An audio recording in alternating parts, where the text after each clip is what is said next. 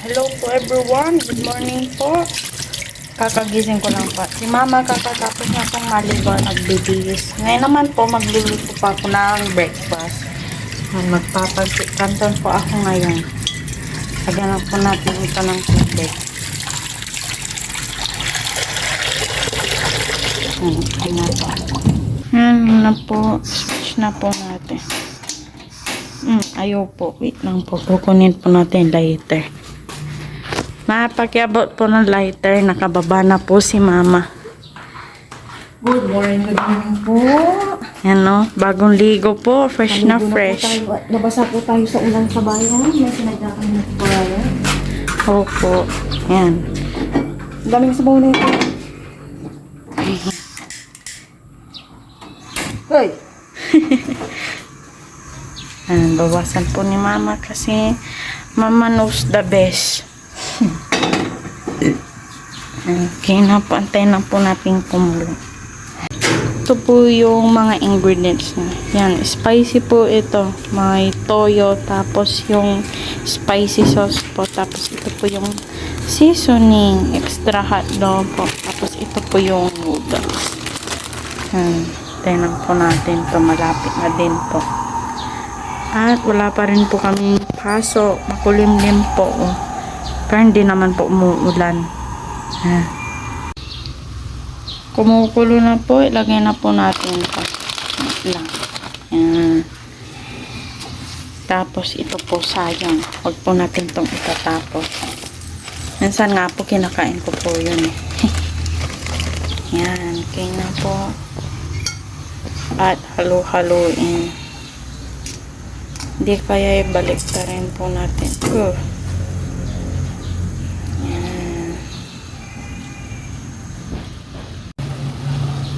Napaghiwalay ko na po. Hintayin lang po natin malutong maigi. Lutuin po natin itong maigi. Halo-halo. Excited na po ako. Tignan naman po natin dito si mama kung anong ginagawa niya. Yan. Naglilinis po si mama ng electric fan. Parang ano yan. Likubit niya oh. Siyempre, ano na. Ngayon, 11 days na wala kang pasok yan, no? Tama ba? 9. Ay, 9 days pala. Naka-electric fan din po ito. Maulan. Sa tanghali. Magagabi. Makakal na rin. Sipag po talaga ni mama. Oh. Hindi na nga ako nakapalit po ng curtain. 2 months na. 2 months pa lang. Gawa na, ito nga maulan po. Nakita kong marumi na. And kapag hindi po rin po ito nalilinisan, mahina na po yung buga ng electric fan. Tignan na po natin doon yung niluluto po natin. Ito na po. Medyo wala na po siyang tubig. Yan, halo-haloin lang po. Off na po natin. Yan, okay na. Yan, nasala ko na po. Yan, drain lang po natin yung tubig. Po. Drain po natin mabuti. Tapos, meron pa pala. Yan, lang po natin. Okay na po, ilagay po natin dito. Yan. Tapos maglalagay na po tayo nito. Hayahay po si Aya. Hindi ko muna 9 days, walang pasok. Sige, alain mo yan at mag-breakfast po kami ni Aya maya-maya. Dito kami sa labas. Yung isa pang electric pan dito, lilinisan ko habang may oras, wala namang ginagawa. Ayaw kasi yung paupo-upo lang Kaya hanggat may nakikita akong pwedeng kalikutin, lilinisan ko po. Ayan, ganun po akong ina or tao. Pero pag umaraw po ito, naku ka. Magpapalit na ako ng curtain. Pero yung bedsheet, okay kasi nagpapalit-palit ako nung nakaraan Nakapaglaban ng mga kumot, ayan, ganyan. Yan, nakapagluto na po siya ng canton and ito po yung ginawa ko kahapon na banana bread. Naglabas lang ako ng dalawang slice at malangaw. Kain po tayo, pero bago po yun, share muna ako. Lord, maraming salamat po sa araw na ito. Maraming po kayo. Kasi ito Tayo. Ang tagal, hindi po kami kumain dito ni Ay or kami yung tatlo ni Kumain dito sa labas. Cheers. Thank you, Lord. Para po So, nandito sila sa akin, hindi tayo kumakain dito. No? May pasok ka na kasi, no? May pasok ka na nung may sapi. O, wala pa. Wala pa, no? Ngayon? Meron na. May sapi na. Ano ba? Oo nga, no? Banana bread yan. Oo nga. Nung may pasok na pala siya, hindi na kami nakakain dito.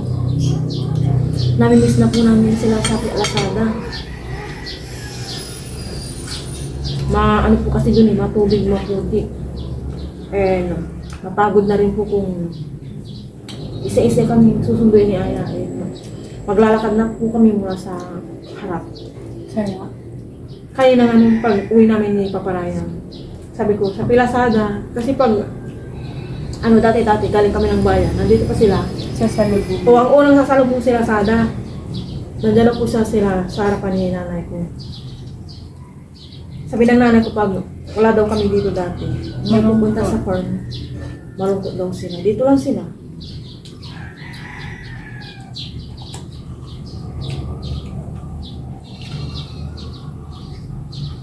Pero si Shopee Lazada po, para sa farm po talaga. Nakakamiss lang daw wala na si Shopee. Si Lazada mabait dito lang. No?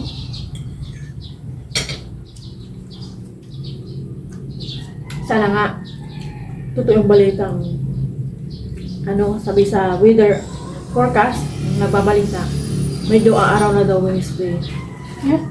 Sana nga, makapasok na sila. Bakit wala kami pasok na lang? Wala naman panahon. Kanina po umaraw. Ang sulpot-sulpot. Ang dami na pong kawawang lugar, baha. Mga nawalan ng tirahan dahil po sa bagyo. Tapos ito nga, dire-diretso yung ulan, puro baha po. Ang ingat po tayong lahat, lalo na po yung mga bahay ng lugar. Kasi po ang dengue ngayon at saka yung leptospirosis.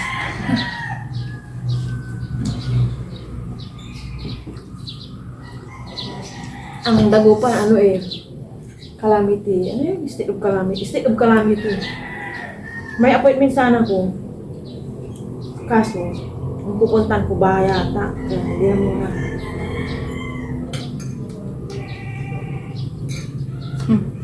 Nakakamiss po talaga sila.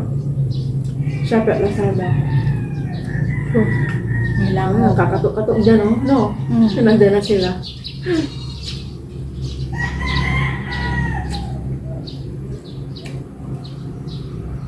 Kala ko si Papa. Parang ngayon lang po itong mangyayang dire-diretso yung ulan. Tapos sunod ang bagyo.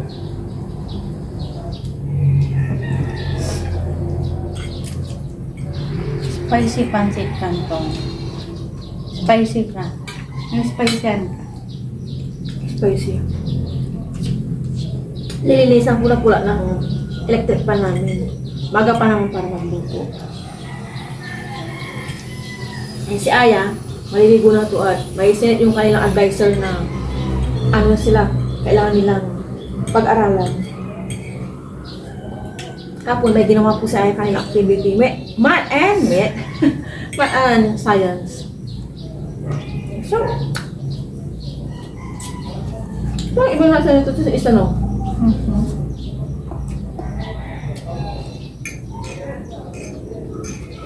Mantana, Team Aya.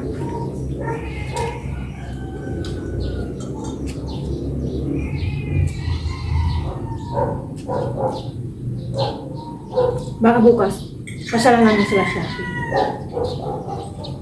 Shopee Lazada. Kakatuwa sila Huwag po kayo mag-alala.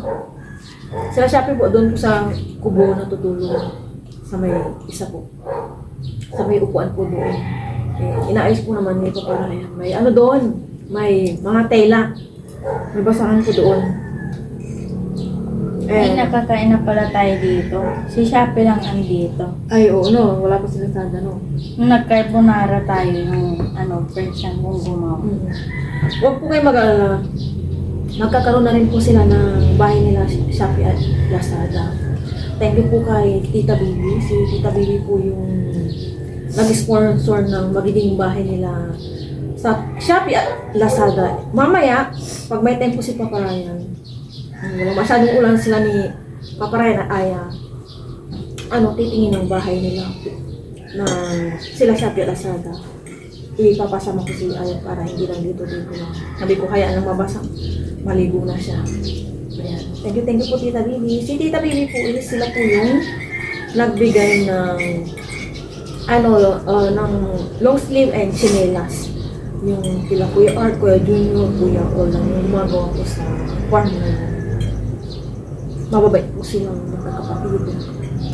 Ang oras kami bibili ni Papa. Something.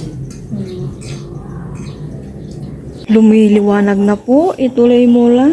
Lumabas ka naman muna, haring araw. And si Aya nagbabike-bike. Hinayaan ko lang para bago siya maligo, nakabike na siya. Namiss din niya ang magbike. Okay na po yung kanyang handle ng kanyang bike. Napalitan na namin.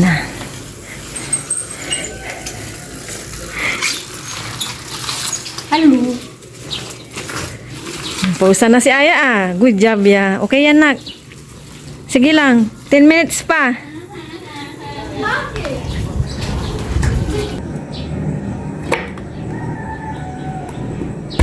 Magluto po ako ngayon ng tinola.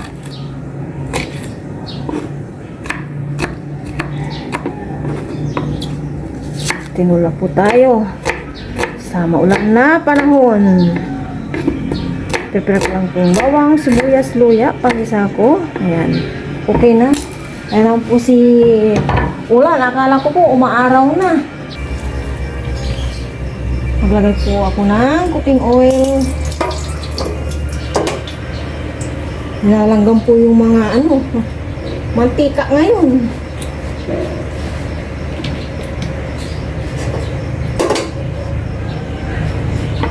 Magisa na ako ng luya.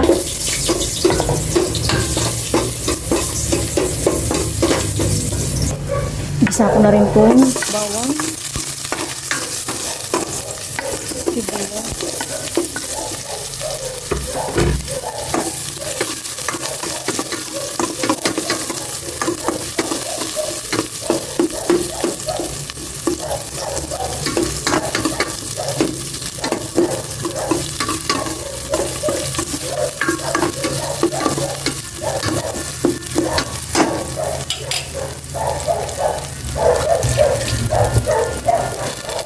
Lagay ko na itong chicken para mag-isa na rin.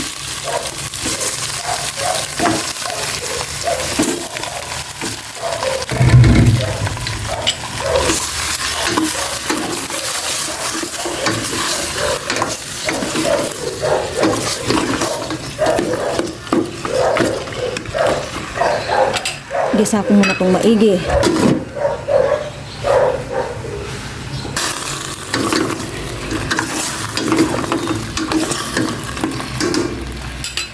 Maglagay na ako ng tubig at titimplahan ko na.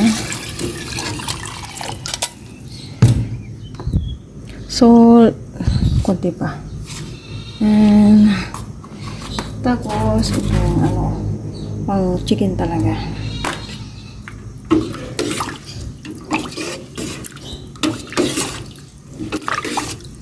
Okay. Ito po yung bigay ni Kuya Art nung nagluto si Papa rin doon ng papaya nung maulan. Kung alam kung kailan kami pumunta ni Aya. Last din ata yung Wednesday na ganun. Nagtatrabaho daw sila doon, sabi ni Papa Ryan. Nandun daw sila. Mainit na ano ko. Alisangan.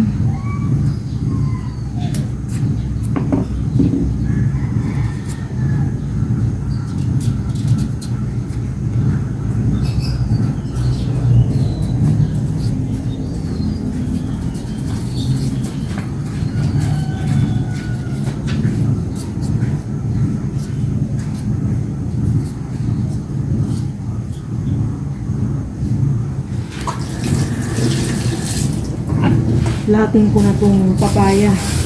Si Aya gustong gusto ang papaya kapag tinola.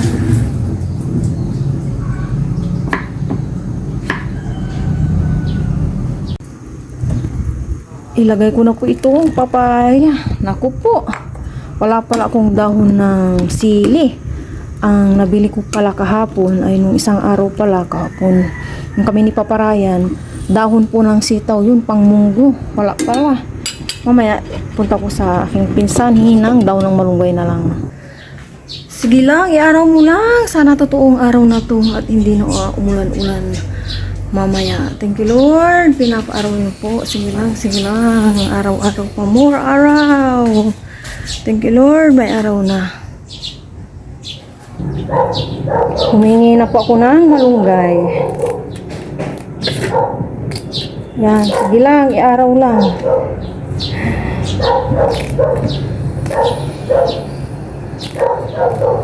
Grabe pawisan ako. Bakit ba nawala sa isip ko yung dahon ng sili? Akala kong nabili namin nung Sunday, dahon ng sili. Dahon pala ng sitaw.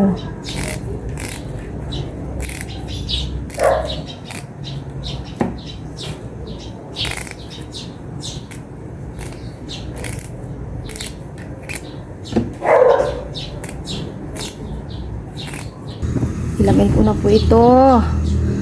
Para kahit paano may dahon-dahon.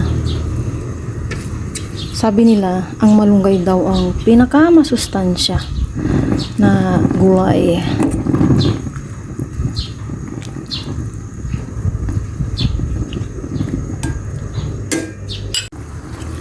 Last check.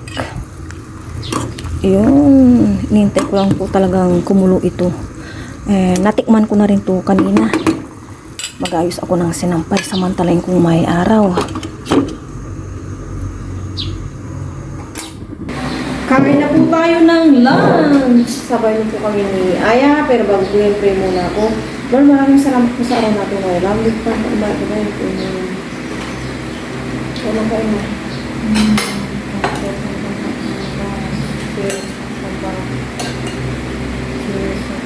Lord,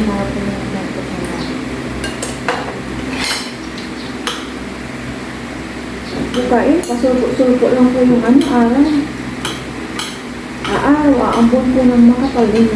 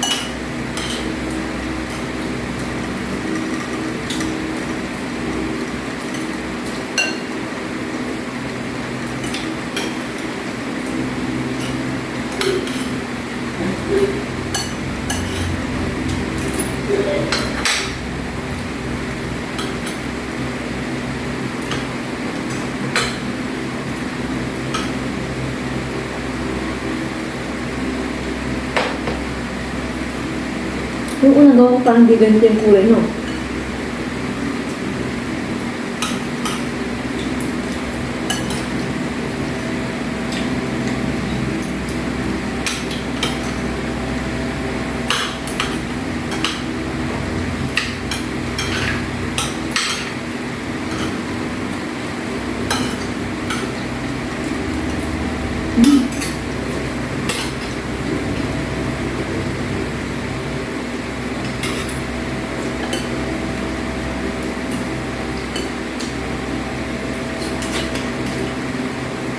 Sana nga umaraw ng bukas.